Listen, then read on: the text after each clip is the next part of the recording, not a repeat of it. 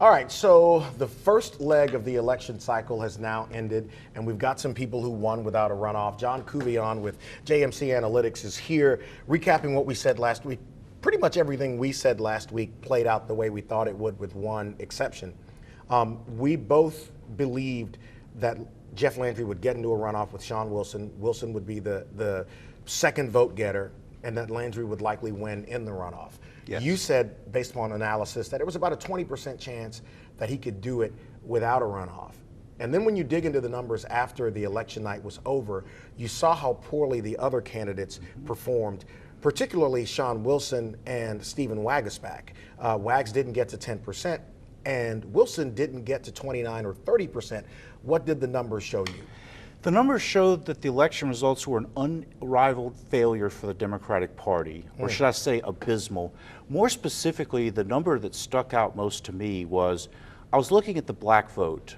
The same precincts that gave John Bel Edwards 90% of the vote in the 2019 primary, and notice I'm saying primary, not runoff, because of course he was forced into runoff. Right.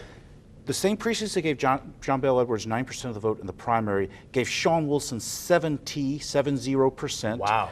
And Jeff Landry 12%. Wow. But to make it even more abysmal for the Democrats, so Sean Wilson got 70% of the black vote statewide according to my estimates, well, precinct data. What's that number again? 70.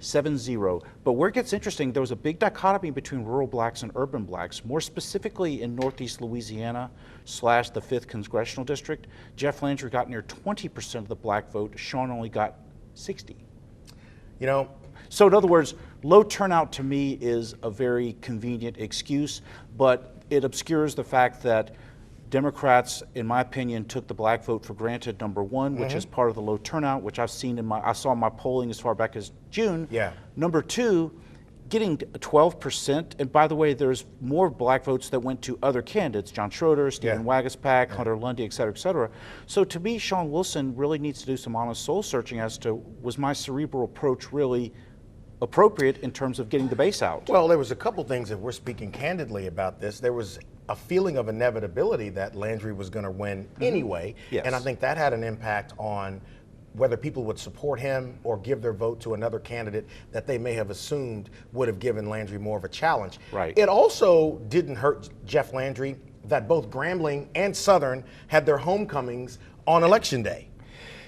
Which is true, but the way I look at that is if you really wanted to vote, you do have a whole week of early voting, number one, and you have the ability to mail-in vote if you meet the criteria. So in other words, it's not like you had a one-and-done kind of situation.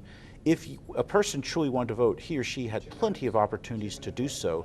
I think it was a case of, number one, Sean Wilson was an uninspiring candidate.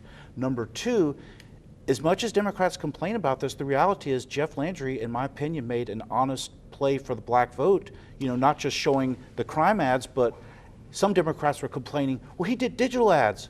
Well, that's politics 101. He did digital. He bought urban radio. He ran an ad with an African-American male that wasn't some cheesy ad from the 60s. And he did make the effort to do that. Let's go down ballot a little bit. The lieutenant governor's race, you and I both saw that as, Billy Nungesser winning that, and I wasn't surprised. Right, but it was such a strong landslide that not only did Billy get about 30% of the black vote, according to my estimates, but in the 2nd Congressional District that Troy Carter holds, which gave Joe Biden 76% of the vote, do you know that Republicans got 50.1% of the vote there? Billy was 2 points away from carrying Troy Carter's district. That's how abysmal the numbers were for the Democrats. Okay, we got a minute left. Down the ballot, Liz Murrill, is she the next Attorney General? Oh, yeah. Okay, what about Secretary of State? Really, Liz Murrill and Nancy Landry, who, by the way, benefits from being a Landry, and John Fleming, in my opinion, they're probably going to get close to the same share of the vote. Right now, I'm thinking 60. Okay. What do you think the turnout in 30 seconds is going to be for? 25 to 30. 25 to 30. Because there's nothing really, quote unquote, sexy on the ballot. Correct. Secretary of State's at the top of the ballot, and that's hardly a turnout generator. So let's do this right before we get to that. We'll come back and talk about this again. Sure. And then I'd love to pick your brain about parish politics, because next year is going to be something else. It'll be interesting. All right, so coming up, let's dig into what's been happening in Israel now with a really good friend and someone with real perspective on geopolitics. Colonel David Couvillion is on set with us next. And later on, Pat's Coats for Kids. We'll talk about it with Pat Chambers.